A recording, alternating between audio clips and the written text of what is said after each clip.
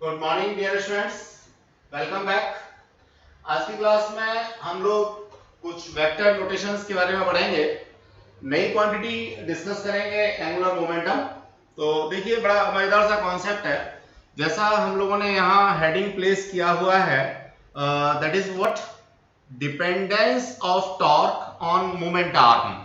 अब देखिए, नए नए टर्म्स आते हैं। अब कोई नई बात तो है नहीं। मान लीजिए स्विट्जरलैंड घूमने गए हम लोग, अब वहां पे नए नए लोग होते हैं, उनके नए नए नाम होते हैं, जगह के नए नए नाम होते हैं, खाने की चीजों के नए नए नाम होते हैं। अब जैसे हमारे यहाँ जैसे होता है जलेबी, तो सब लोग जानते ही हैं कि जलेबी का मतलब एक राउंड राउंड राउंड स्टेप वाला कॉन्सेप्ट होगा, उसके अंदर से रस भी निकलेगा। बिल्कुल उसी तरीके से we have to enjoy all the quantities जो नई नई हम लोगों के सामने आती हैं। तो ये है डिपेंडेंस, तो समझते ही है। टॉर्क भी समझते हैं, आप लोग कल पढ़ के चुके हैं। ऑन मोमेंट आर्म, अब ये मोमेंट आर्म क्या है, इसमें थोड़ा सा कंफ्यूजन आपको हो सकता है, तो आई विल डिस्कस इट। चलिए, तो मैं सबसे पहले यहाँ रिकॉल करूंगा। तो टॉर्क हम लोगों ने यहाँ पे पढ़ा था क्या, आर क्रॉस एफ, या इस चीज को लिखा था आर एफ साइन थीटा। अब अगर मान लीजिए थीटा मेरा 90 है तो आर एफ हो गया था, मैक्सिमम वैल्यू ऑफ टॉर्क हो गई थी। अब डिस्टेंस, इस फिगर को अगर मैं देखता हूं तो बड़ी मजेदार सी फिगर है कि मान लीजिए ये मेरे पास पोजीशन वेक्टर है आर, और ये यहां पे सपोज मेरा फोर्स है एफ। तो हम लोगों ने जब बात की थी तो एफ और आर के बीच में 90 डिग्री एंगल को लेकर के बात की थी, क्या कि भैया एफ और एक्सिस ऑफ रोटेशन के बीच में जो परपेंडिकुलर डिस्टेंस होती है या डिस्प्लेसमेंट होता है, मिनिमम डिस्टेंस होती है, उसको हम लोग मल्टीप्लाई करते हैं। अब जब मेरा फोर्स परपेंडिकुलर है एक्शन के तब तो ठीक है, लेकिन मान लीजिए फोर्स जो है मेरा परपेंडिकुलर नहीं लग रहा जी, पर्टिकुलर किसी डायरेक्शन पे लग रहा है। मान लीजिए ये मेरे पास आर की डायरेक्शन है, आर बोले तो स्मॉल आर जो पोजीशन वेक्टर है, और पोजीशन वेक्टर से एंगल थीटा बनाते हुए ये मेरे पास फोर्स लग रहा है। तो ऑब्वियसली अब जब भी मेरा इस तरह का केस आता है तो मैं क्या करता हूं, इस क्वांटिटी को रिजॉल्व करता हूं रेक्टेंगुलर कंपोनेंट्स के अंदर। अब कोई स्टूडेंट ये मत कहना कि ये मेरे को रेक्टेंगुलर कंपोनेंट नहीं आते, क्योंकि रेक्टेंगुलर कंपोनेंट तो एक ऐसा एस्पेक्ट है जो अपने आप में बहुत ही इंपॉर्टेंट है, जिसके बिना तो फिजिक्स जो है चलती ही नहीं है। तो डिस्टेंस मैं इसको रिजॉल्व करता हूं, एफ को मैंने रिजॉल्व किया तो in the direction of r, इसको मैंने कहा एफ आर। एफ आर का नाम हम लोग देते हैं रेडियल वेक्टर, जो उसी डायरेक्शन में है, रेडियल वेक्टर। और दूसरा मेरे पास यहां पे आता है क्या, एफ थीटा। तो एफ थीटा को मैंने यहां पे दूसरा नाम दे दिया, मान लीजिए इसको क्या कह सकता हूं, परपेंडिकुलर फोर्स कह सकता हूं, या परपेंडिकुलर कंपोनेंट कह सकता हूं। तो डिस्टेंस, अब अगर मैं बात करूंगा इस एफ के इन दोनों कंपोनेंट्स को लेकर के, तो नो डाउट देखिए टॉर्क के फॉर्मूले में जब मैं लगाऊंगा तो ये वाला एफ आर और आर तो सेम डायरेक्शन में, सेम डायरेक्शन में, तो एंगल जीरो हो गया। तो कहने का मतलब जो एफ आर है इसका कोई भी रोल नहीं होगा टॉर्क में, और पूरा का पूरा रोल होगा टॉर्क में किसका, एफ थीटा वाले कंपोनेंट का। बस इतनी सी बात है। तो जो मोमेंट आर्म है, वो मोमेंट आर्म बेसिकली इसी आर्म को कहते हैं जो इफेक्ट करती है टॉर्क में, यानी टॉर्क के लिए रेस्पॉन्सिबल है। तो ये इतनी छोटी सी बात थी, मैं समझता हूं आपको क्लियर हो गई होगी। अब आप इसको यहां देखोगे तो काफी लंबा चौड़ा सा दिखाई देगा, तो घबराने की जरूरत नहीं है। रेडियल कंपोनेंट हमने कहा उसका कोई रोल नहीं है, एंगुलर कंपोनेंट या tangential component perpendicular to r अगर हम लोगों ने लिया तो उसका पूरा का पूरा रोल है जो हमने यहाँ पे मेंशन कर रखा है। Torque due to force is only due to angular component, तो एंगुलर कंपोनेंट जो परपेंडिकुलर वाला था वो हमने लिया है किसके साथ, आर के साथ। और जो रेडियल कंपोनेंट था जो सेम डायरेक्शन में था उसका कोई रोल नहीं होता, ये बात हमने समझा दी यहाँ पे। डिस्टेंस, अब हम लोग बात करना चाहेंगे वो चीज वेक्टर नोटेशन को लेकर के, कि भैया अगर मान लीजिए दो क्वांटिटी का वेक्टर मल्टीप्लिकेशन ही है मेरा टॉर्क, तो मैं उसको निकाल कैसे सकता हूं। यानी अब जो क्रॉस प्रोडक्ट मैंने पढ़ा था उस क्रॉस प्रोडक्ट की मुझे आज जरूरत पड़ेगी। डिस्टेंस सबको पता है, क्या पता है, torque equals to r cross F होता है। अगर मान लीजिए मेरे को आर के रेक्टेंगुलर कंपोनेंट दे रखे हैं, एफ के रेक्टेंगुलर कंपोनेंट दे रखे हैं, जो कि कहीं ना कहीं यूनिट ऑर्थोगोनल वेक्टर्स की फॉर्म में है, तो मैं किस तरीके से आर को कंप्यूट करूंगा, ये बात मुझे आज सीखनी है। तो आर को मैंने लिखा एक्स आई कैप, वाई जे कैप, जेड कैप, यानी कि आर मेरा ऑर्थोगोनल यूनिट वेक्टर के टर्म्स में मेरे पास मिल गया। इसी तरह से एफ जो है वो मेरा एफ एक्स आई, एफ वाई जे और एफ जेड के, यानी उन्हीं रेक्टेंगुलर कंपोनेंट्स में मेरे को मिल गया। अब मैं इसी तरह से अगर लिखना चाहूं टॉर्क को, दैट इज टाउ एक्स आई, यानी टाउ का इफेक्ट आई कैप डायरेक्शन में यानी एक्स एक्सिस के अलोंग, टाउ का इफेक्ट जे यानी वाई एक्सिस के अलोंग, और टाउ का इफेक्ट जेड एक्सिस के अलोंग, ये मैंने इस तरह से प्लेस कर दिया। अब यहां पे मैंने फॉर्मूला लिखा tau equals to r cross F, जहां से मैंने शुरुआत की थी, इन दोनों को मल्टीप्लाई किया। तो जो मेन बात है कि इनका मल्टीप्लिकेशन होगा कैसे। डिस्टेंस जब क्रॉस प्रोडक्ट होता है तो सबसे पहली बात तो यह है कि हम जो है यहां पे ऑर्डर चेंज नहीं कर सकते। अगर r क्रॉस f है तो इसको ऑलवेज मैं r क्रॉस f ही लिखूंगा, ये कभी भी बराबर नहीं होगा f क्रॉस r के, ठीक है। अगर मान लीजिए कभी मुझे f क्रॉस r मिलता भी है तो नो डाउट क्या होगा, f क्रॉस r की जो डायरेक्शन होगी वो विद नेगेटिव डायरेक्शन होगी, किसके, r क्रॉस f के, यानी डायरेक्शन जो है वो मेरी चेंज हो जाती है अगर मैं यहां पे ऑर्डर चेंज करता हूं। तो सबसे पहले तो ये समझना है। अब डिटरमिनेंट मेथड से हम लोग इसको सॉल्व करते हैं। तो we have already discuss determinant method, जो हम लोगों ने पूरा एम्फेसिस के साथ में पीछे किया था, वैल्यूज लेकर के भी किया था, न्यूमेरिकल्स भी किए थे, तो वही चीज हमें करनी है। हम क्या करते हैं, डिटरमिनेंट बनाते समय आई जे के तीनों लिख लिए। अब पहले क्वांटिटी थी मेरे पास r की, तो मैंने x y z तीनों लिख दिए। फिर मेरे पास थी फोर्स की क्वांटिटी, तो मैंने fx fy fz तीनों लिख दिए। अब क्या किया मैंने, अब सिंपल सा i लिखा, माइनस का j लिखा और प्लस का k लिखा। मैं दोबारा से लिख के दिखा देता हूं, इसको हटा करके एक बार मैं दोबारा से लिख के दिखाता हूं आप लोगों को। देखिए, इसको सॉल्व करने के लिए हम लोग क्या करते हैं, यहां पे i लिखते हैं, ब्रैकेट लगाते हैं, ब्रैकेट में माइनस का साइन लगाते हैं, माइनस का j लिखते हैं, फिर ब्रैकेट लगाते हैं, बीच में माइनस का साइन लगाते हैं, फिर प्लस का k लिखते हैं और बीच में माइनस का साइन लगाते हैं। इस तरीके से हम लोग एक तैयार कर लेते हैं। ये i j के यूनिट वेक्टर हैं, तो यहां पे इनको टोपी पहना देते हैं, कैप लगा देते हैं। अब जरा देखिए, जब मेरे को i की वैल्यूज फाइंड आउट करनी है तो i की जो रो है और i की जो रो है और i का जो कॉलम है, इन दोनों को मैं छुपा लेता हूं। i की रो को छुपा लिया, i के कॉलम को छुपा लिया, तो बाकी 2x2 का मैट्रिक्स मेरे पास बचा। यहां से मैं y का fz के साथ मल्टीप्लिकेशन करता हूं, y का fz के साथ मल्टीप्लिकेशन माइनस fy का z के साथ मल्टीप्लिकेशन। तो मैं यहां मेंशन कर देता हूं, दैट इज y fz और दैट इज fy और z, ठीक है बच्चों। इसी तरह से अब मैं j की बात करूंगा, तो अगेन नो डाउट j की रो और j का कॉलम, ये दोनों छुपा दूंगा। दोनों छुपा दिए तो मेरे पास आया क्या, x fz, that is x fz और माइनस का fxz। बिल्कुल इसी तरह से जब मैं बात करना चाहूंगा किसके बारे में, k के बारे में, तो मैं k की रो और k की कॉलम दोनों छुपा दूंगा। अब मेरे पास बचेगा क्या, ये बचेगा x fy, तो मैं यहां पे लिखूंगा x fy माइनस fx और y, fx इंटू y। तो देखो बच्चों, आगे सावधानी हटी, दुर्घटना घटी, सबको पता ही है, तो गलती तो नहीं होनी चाहिए। बाकी मैंने डिटरमिनेंट सॉल्व करने का तरीका आपको बताया, यही चीज हम लोग देखेंगे तो यहां आगे पूरे एक्सप्लेनेशन में दे रखी है। अब हम यहां क्या कर सकते हैं, वेरिएबल सेपरेशन कर सकते हैं। कैसे कर सकते हैं, जो टाउ आई वाला कंपोनेंट यहां है वो तो ये मिल गया, और बच्चों जो जे वाला कंपोनेंट है वो मेरे को ये मिल गया, और जो बच्चों के वाला कंपोनेंट है वो मेरे को ये मिल गया।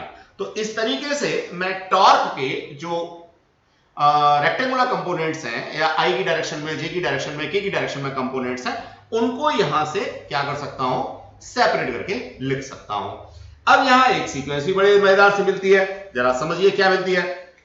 टॉर्क एक्स एक्सिस का है तो यहां देखेंगे एक्स वाई जेड सीक्वेंस में आ रहे हैं, एक्स वाई जेड माइनस जो यहां पे था उसका उल्टा, यहां पे था वाई एफ जेड, यहां पे हो गया जेड एफ वाई। बिल्कुल इसी तरीके से टॉर्क वाई वाला जो मिलेगा, वाई जेड एक्स, सर्कल पे चलते हैं ना हम लोग, एंटी क्लॉकवाइज क्लॉकवाइज, आपको याद होगा, ठीक है, that is x y z. तो कहीं से भी शुरू कर दो, y से शुरू कर रहे हो तो y के बाद z आएगा, फिर x आएगा, y से शुरू किया तो z x। अब जो यहां z x आया था उसका उल्टा यहां आ गया। तो इन कंपोनेंट्स को याद करना भी बड़ा आसान सा काम होता है।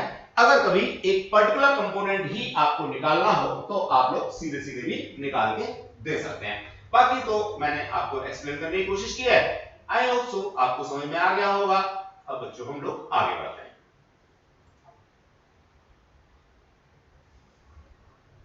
नेक्स्ट क्वांटिटी आती है मेरी एंगुलर मोमेंटम। अब देखिए एंगुलर मोमेंटम क्या है ये जरा हम लोग समझने की कोशिश करते हैं। स्टूडेंट्स बिल्कुल एनालॉगस क्वांटिटी है। मैं यहां ट्रांसलेटरी मोशन की बात करता हूं। मास बॉडी का m था, v वेलोसिटी थी, तो linear momentum p equals to mv आया था। p की वही डायरेक्शन थी जो कि वेलोसिटी की। अब बिल्कुल इसी के एनालॉगस मान लीजिए मेरे पास कोई बॉडी है और ये क्या कर रही है, घूम रही है, रोटेट कर रही है। रोटेट कर रही है तो नो डाउट इसकी अपनी एंगुलर वेलोसिटी होगी ओमेगा, साथ में इसका अपना मास होगा। लेकिन मास का डिस्ट्रीब्यूशन अलग अलग जगह पे अलग अलग हो सकता है। तो मैं एक नई क्वांटिटी लेके आता हूं, मोमेंट ऑफ इनर्शिया, जिसको मैं आई कहता हूं। अब ये मोमेंट ऑफ इनर्शिया कैसे निकालते हैं, किस बॉडी का क्या होता है, ये हम इसी चैप्टर के अंदर थोड़ा बाद में पढ़ेंगे। लेकिन एट प्रेजेंट आई क्या है, वही रोल प्ले करता है जो कि मास करता है ट्रांसलेटरी मोशन में। तो यहां से आई मल्टीप्लाइड बाई ओमेगा ये हो जाएगा मेरे पास क्या, एंगुलर मोमेंटम, यानी quantity of rotational motion is termed as angular momentum. Distance angular momentum का दूसरा तरीका हमारा लिखने का होता है r equals to r cross l equals to r cross p, where p is a linear momentum, r is a perpendicular distance between axis of rotation and p, और l is the angular momentum। तो distance l angular momentum को बताने के दोनों तरीके हो सकते हैं, या तो i ओमेगा के टर्म्स में हो सकता है और या तो r क्रॉस p के टर्म्स में हो सकता है। एनालॉगस है लीनियर मोमेंटम के।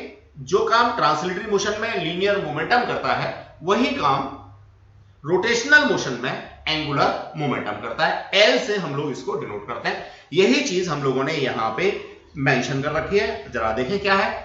Angular momentum of a particle rotating about an axis is defined as, जो मेन बॉडी है वो अब शुरू होती है, मोमेंट ऑफ लीनियर मोमेंटम। अब देखिए लीनियर मोमेंटम का मोमेंट, ये बात ध्यान से देखनी है, of a particle about that axis, यानी लीनियर मोमेंटम का मूवमेंट कब निकलेगा, जब मैं लीनियर मोमेंटम को r के साथ में, यानी जो परपेंडिकुलर डिस्टेंस है from the axis of rotation है उसके साथ क्या कर दूंगा, क्रॉस मल्टीप्लाई कर दूंगा, तो मेरे को एंगुलर मोमेंटम मिलेगा।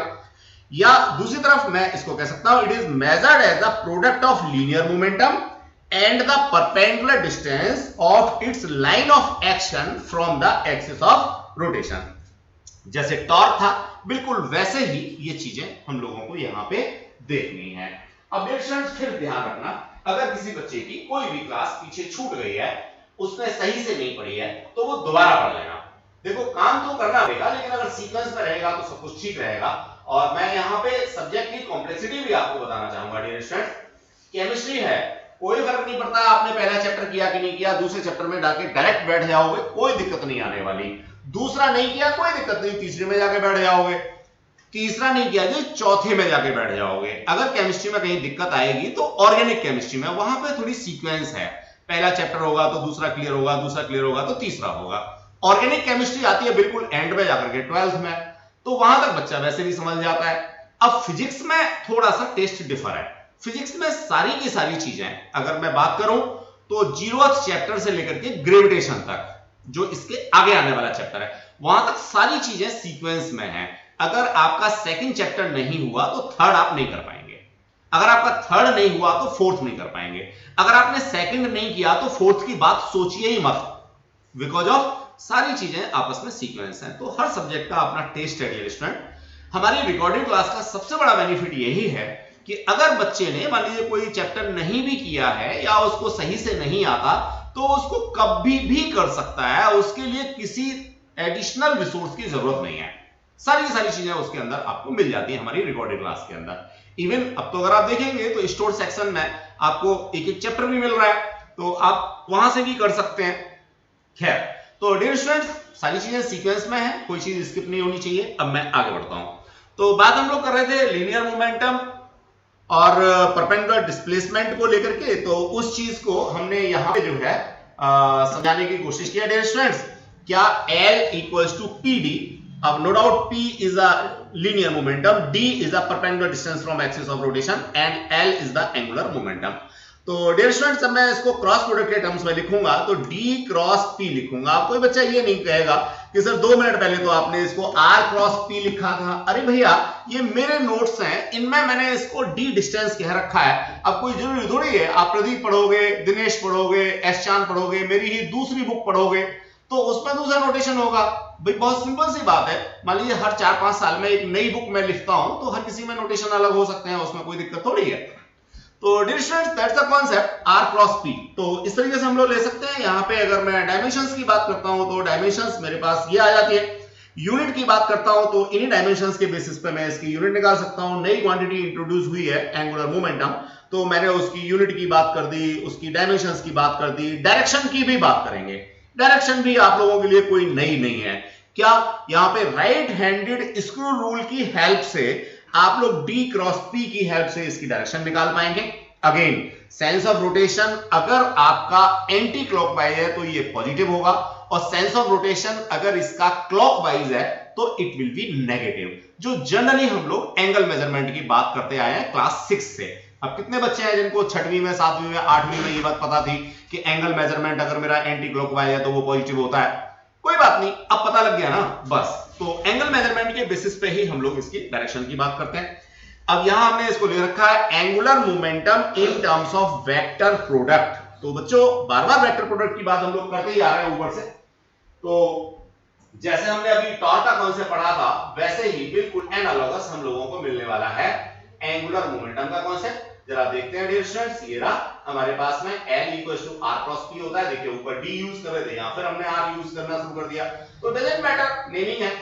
अब यहां देखें जरा, ये मेरे पास में एंगुलर और लीनियर मोमेंटम है, और लीनियर मोमेंटम के परपेंडिकुलर डायरेक्शन में मैंने क्या ले लिया है, इसका एक्शन ऑफ रोटेशन का कांसेप्ट ले लिया, और इन दोनों को फिर राइट हैंडेड स्क्रू रूल की हेल्प से मैं डायरेक्शन दे सकता हूं। आपको याद होगा कि अगर एक प्लेन में मेरे पास में मिलता है क्या R और P, तो दूसरे प्लेन में होगा क्या L।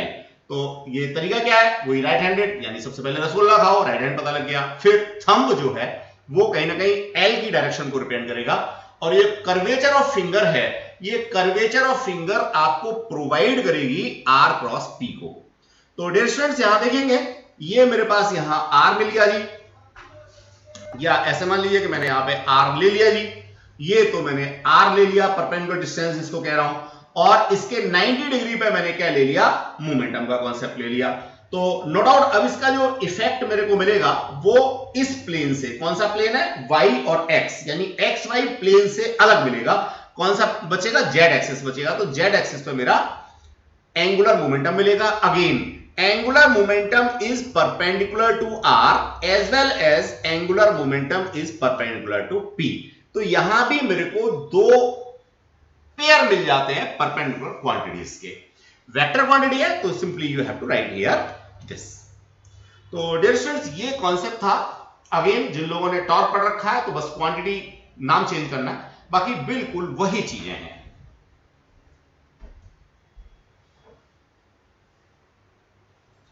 आगे बढ़ते हैं, राइट हैंड स्कूल से डायरेक्शन देंगे, ये बात हमने अभी बताई। अब physical meaning of angular momentum की बात हम लोग करते हैं। देखिए physical meaning of angular momentum क्या है, वही जो आज की ही क्लास में हमारा सबसे पहला टॉपिक था, वो फिर दोबारा से यहाँ रिपीट हो रहा है। पहले टॉर्क के लिए रिपीट हुआ था, अब हमारा एंगुलर मोमेंटम के लिए रिपीट हो रहा है। कैसे, समझिए। मान लीजिए मेरा ये कोई पॉइंट ऑफ एप्लीकेशन है, इस पॉइंट ऑफ एप्लीकेशन का जो पोजीशन वेक्टर है वो ये R है। कहां से, ये मेरा एक्सिस ऑफ रोटेशन है, इस जगह पे मेरा एक्सिस ऑफ रोटेशन है। तो एक्सिस ऑफ रोटेशन से पोजीशन वेक्टर है क्या, R। अब इस पोजीशन वेक्टर से कोई पर्टिकुलर एंगल थीटा बनाते हुए ये है मेरा लीनियर मोमेंटम जो मैंने इसके ऊपर अप्लाई किया है। अब ये लीनियर मोमेंटम को दो कंपोनेंट्स में मैं रिजॉल्व कर सकता हूं। ये मेरे पास रेडियल कंपोनेंट होगा और ये मेरे पास एंगुलर कंपोनेंट होगा। नो डाउट रेडियल कंपोनेंट और R दोनों सेम डायरेक्शन में है। अल्टीमेटली इस कंपोनेंट की वजह से L की वैल्यू 0 होगी, यानी ये L को बनाने में कोई भी कंट्रीब्यूशन नहीं करेगा। दूसरी तरफ लीनियर मोमेंटम का जो एंगुलर कंपोनेंट है, या मैं इसको साइन कंपोनेंट भी कह सकता हूं पुरानी भाषा में जो हम लोग पढ़ते आए हैं, या जो परपेंडिकुलर वाला कंपोनेंट है, वो निश्चित रूप से एंगुलर मोमेंटम बनाने में पूरा का पूरा सहयोग करेगा। That is r cross p theta. P theta ये वाला कंपोनेंट है। तो डियर स्टूडेंट्स, आर और पी थीटा इनके बीच में 90 डिग्री का एंगल है, इसलिए एल यहां पे मेरे को मैक्सिमम मिल जाएगा। लेकिन अगर मैं इसकी बात करता हूं तो इस केस में एल जो है वो मेरे पास आर क्रॉस पी रेडियल होगा। पी रेडियल और आर दोनों के बीच में एंगल थीटा 0 डिग्री है। अल्टीमेटली एल की वैल्यू भी क्या होगी? 0 होगी। कहने का मतलब एक सेंटेंस में सीधा सीधा सा कि जो लीनियर कंपोनेंट है, रेडियल कंपोनेंट है, जो आर की ही डायरेक्शन में है, वो एंगुलर मोमेंटम में कोई भी कंट्रीब्यूट नहीं करता। उसकी वजह से एंगुलर मोमेंटम नहीं होता। किसकी वजह से होता है? जो मेरा एंगुलर कंपोनेंट है, साइन कंपोनेंट है, या जो कंपोनेंट आर के साथ में 90 डिग्री का एंगल बनाते हुए है, उसकी वजह से ये इफेक्ट में आता है। तो I hope so dear student ठीक होगा, ये आपको क्लियर हो गया होगा। एक बार इसको ग्रेस्प कीजिए, फिर हम लोग आगे बढ़ते हैं।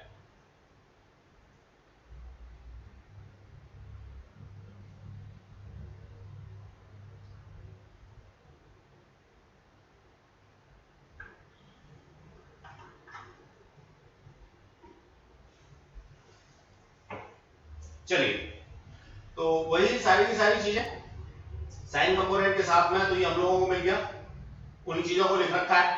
देखो, जितना मैंने एक्सप्लेन किया है, एक्सप्लेन करना और कॉपी में लिखना दो चीजें बिल्कुल फर्क हैं।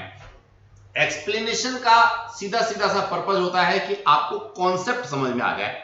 अब उस कॉन्सेप्ट को आप अपनी लैंग्वेज में कॉपी के अंदर लिखेंगे तो आपको मार्क्स मिलेंगे।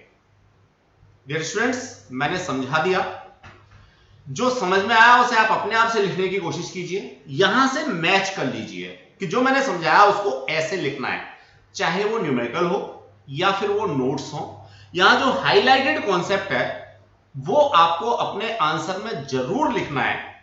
अगर आपका आंसर कॉम्प्रिहेंसिव है, बड़ा बन रहा है, तो जो हाईलाइटेड चीजें हैं उनको आपने अंडरलाइन जरूर करना है या बॉक्स के अंदर जरूर बनाना है। तो ये सारा प्रोसेस अगर आप देखेंगे तो कितने सारे काम हम लोग कर रहे हैं। नंबर 1, चीजों को समझाने की कोशिश कर रहे हैं।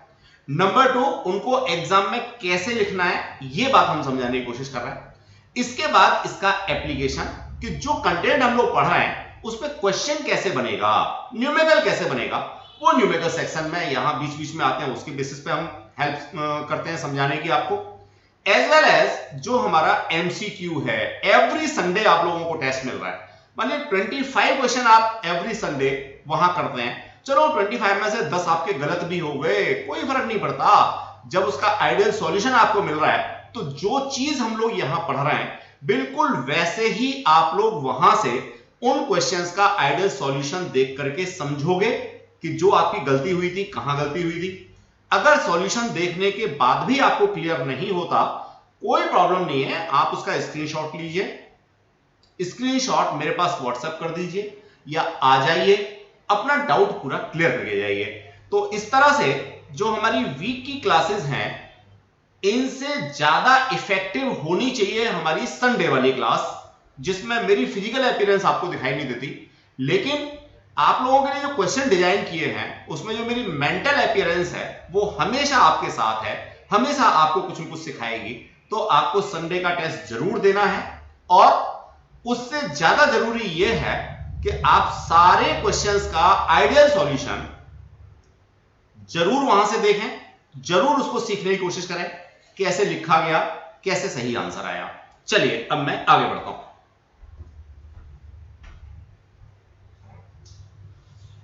ये सारी की सारी बातें, कौन सा कंपोनेंट काम करता है, कौन सा नहीं करता, किसकी क्या अहमियत है, यहाँ पे सारा हमने दे रखा है। जैसे ऊपर टॉपिक जिसमें बताया था वही सारी चीजें मैं यहाँ इसको कंक्लूड कर देता हूँ dear students. only the angular component and not the radial component of the linear momentum contribute towards the angular momentum। सिर्फ जो angular component है, जो sin component है, जो perpendicular to the radius vector था, वो वाला component काम करता है, दूसरे वाला नहीं करता। बस सिंपल सी बात। चलिए अब एंगुलर मोमेंटम को मैं निकालना चाहूंगा अगेन रेक्टेंगुलर कंपोनेंट्स की टर्म्स में। तो अभी 2 मिनट पहले आज की ही क्लास में हम लोग सेम कॉन्सेप्ट किए थे टॉर्क के लिए, वही चीज हम लोग यहां फिर करने की कोशिश करेंगे डियर स्टूडेंट्स। देखिए जैसा मैंने बताया था कि L जो है वो R क्रॉस P के बराबर है। R को 3 कंपोनेंट्स में लिख लिया, P को 3 कंपोनेंट में लिख लिया, ये रहा, और L को भी 3 कंपोनेंट्स में लिख लेता हूं, मैं यहां लिख के दिखा देता हूं। That is LXi cap plus LYj cap plus LZk cap. अब डियर स्टूडेंट्स अगर मुझे क्रॉस प्रोडक्ट की हेल्प से इसका आंसर निकालना है तो फिर वही तरीका है। पहली चीज मैं ऑर्डर चेंज नहीं कर सकता, पहले R है तो मुझे पहले R लिखना है, फिर मेरा P है तो P लिखना है। ध्यान रहे ये क्रॉस प्रोडक्ट के केस में हम लोग बात कर रहे हैं। जब हमारा डॉट प्रोडक्ट होता है तो उसमें कोई दिक्कत नहीं है, आप उल्टा सीधा कर सकते हैं, लेकिन क्रॉस प्रोडक्ट में आप उल्टा सीधा नहीं कर सकते, वैल्यू चेंज हो जाती है, डायरेक्शन चेंज हो जाती है। तो डियर स्टूडेंट R की जगह में मैंने R डाला, P की जगह में P डाला, डिटरमिनेंट बनाया I J के, फिर वही काम रिपीट करूंगा मैं। I माइनस का साइन, माइनस का J, माइनस का साइन, प्लस का K और ये माइनस का साइन। आपने ये ब्रैकेट बना लिए। अब जब I की बात करेंगे तो I का कॉलम, I की रो छुपा देंगे, बचा क्या YPZ, YPZ, PYZ, PYZ। अब डियर स्टूडेंट्स बात आ गई J की, तो जैसे ही J की बात आई तो J की रो और J का कॉलम दोनों आपने छुपा दिया। आ गया क्या XPZ, XPZ। आ गया क्या PXZ, PXZ। अब बात K की करेंगे, तो जैसे ही डियर स्टूडेंट्स K का कॉन्सेप्ट आपके सामने आता है तो आप K की रो और K का कॉलम दोनों छुपा देंगे, बचेगा क्या XPY, XPY और PXY, PXY। अब देखो बच्चों एक बात ध्यान रखना, जब आप एग्जाम दोगे तो हो सकता है उस एग्जाम में ये सब कुछ ना पूछा जाए, तो इसका मतलब ये नहीं है कि ये सब हम बेकार में टाइम खराब कर रहे हैं, ये सब अपने आप में जरूरी है। आपको फिजिक्स अगर आगे पढ़नी है तो, अगर आपको कॉम्पिटिटिव एग्जाम देना है तो आपको सारी चीजें क्लियर होनी चाहिए। इवन दैट ये जो डिटरमिनेंट सॉल्विंग है, या मैं कह सकता हूं क्रॉस प्रोडक्ट करने के लिए जो तरीका है, इसकी जरूरत तो आप लोगों को आगे आने वाले मैथमेटिक्स में एज वेल एज फिजिक्स में बहुत पढ़ने वाली है। हो सकता है ये पर्टिकुलर टॉपिक आपसे ना पूछा जाए, लेकिन आप तैयार कर लीजिएगा। चलिए तो डियर स्टूडेंट्स इसको भी याद करने का तरीका बड़ा सिंपल सा है। कैसे? LXi को कंपेयर करूंगा I कंपोनेंट से, इसके बाद जो Y वाला कंपोनेंट है इसको कंपेयर करूंगा Y से, जो Z वाला कंपोनेंट है Z वाले कंपोनेंट को कंपेयर करूंगा मैं Z वाले कंपोनेंट से। याद रखने का तरीका बड़ा क्लियर। क्या? जरा देखिए X Y Z, Y Z का उल्टा यहां पे मेरे को मिल जाएगा Z Y, इसी तरह से Y X Z और X Z का उल्टा यहां मेरे को मिल जाएगा। ये देखिए मैग्नीट्यूड्स हैं, इनको अगर आपने उल्टा सीधा लिख रखा है तो कोई फर्क नहीं पड़ने वाला, लेकिन फिर भी कोशिश करनी चाहिए कि आप उसी सीक्वेंस में लिखें। तो डिस्कशन इस तरीके से आप लोग कंपेयर करके जो एंगुलर मोमेंटम है उसके भी एक्स वाई जेड तीनों कंपोनेंट्स को अलग अलग निकाल सकते हैं। मान लीजिए पर्टिकुलर कोई कंपोनेंट आपसे पूछा है तो सीधे सीधे भी आंसर दे सकते हैं। ये यहाँ पे रियल टर्म लोगों ने दे रखा है, कंपेयर करेंगे कोफिशिएंट को, वही सारी चीजें हमने यहाँ पे लिख रखी है। तो डिस्टेंस आई होप सो आप लोगों को ये क्लियर हो गया होगा। अब देखिए एक नया कॉन्सेप्ट हम लोग और पढ़ने जा रहे हैं, बड़ा अभी अपने आप में इंपॉर्टेंट है, सीक्वेंस में है, जरूरत हम लोगों को इसकी कई बार पड़ेगी। देखिए क्या है relation between torque and angular momentum. Torque और एंगुलर मोमेंटम के बीच में रिलेशनशिप क्या है, ये बात हम लोगों को सीखनी है। 2 मिनट का काम है, अगर हमें ट्रिक पता चल जाए। क्या है भैया ट्रिक? देखिए टॉर्क जो है मेरा R क्रॉस F होता है, L मेरा R क्रॉस P होता है।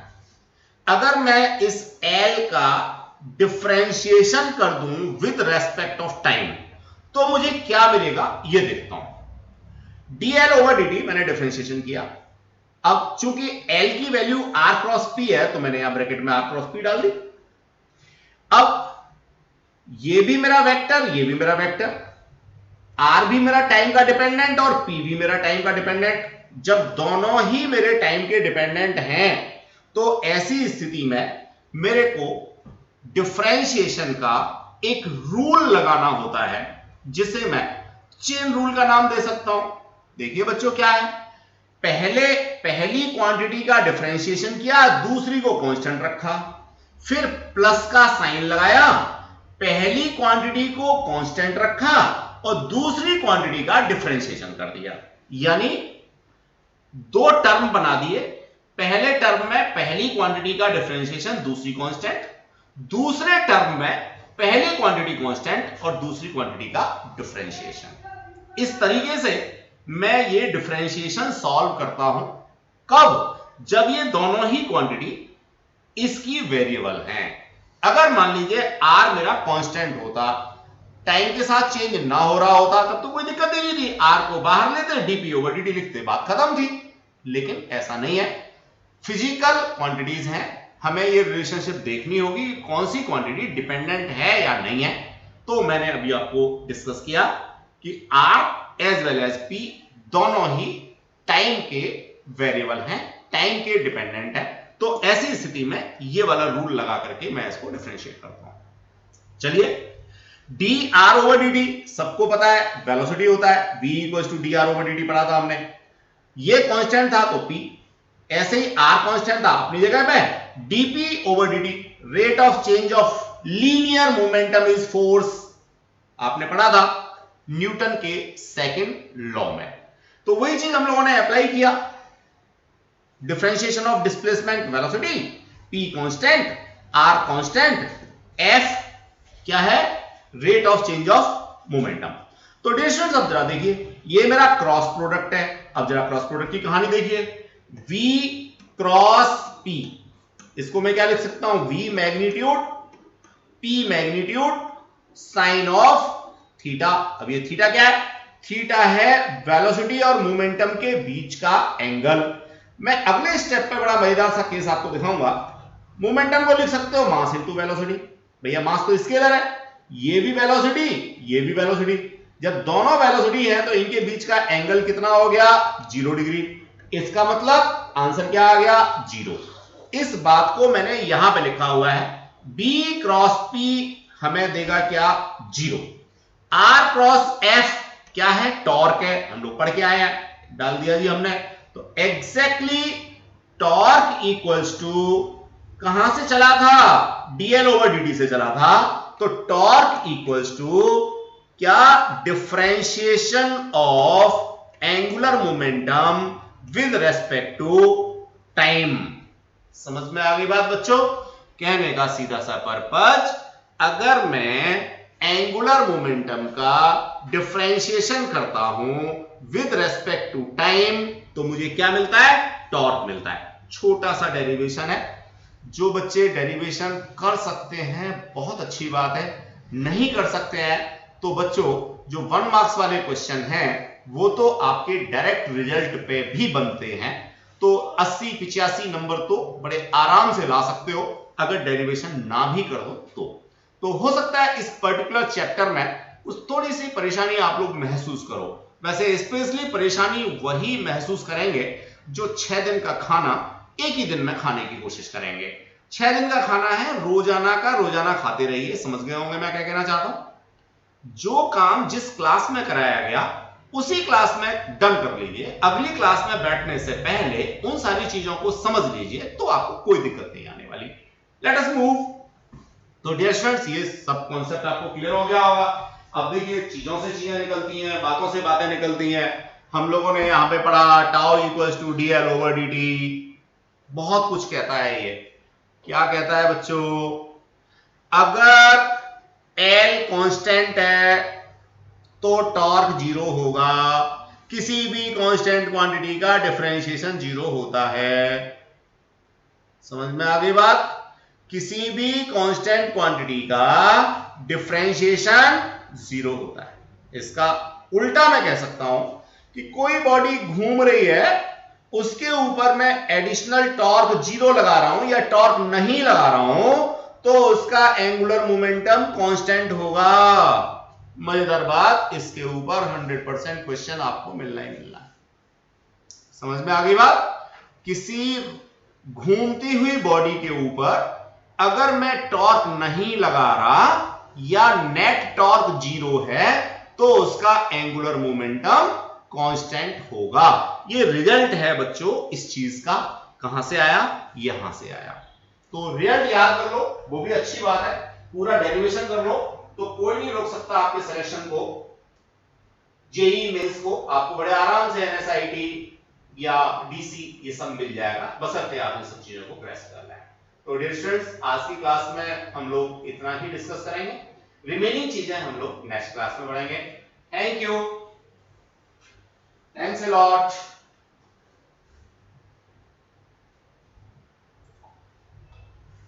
36 मिनट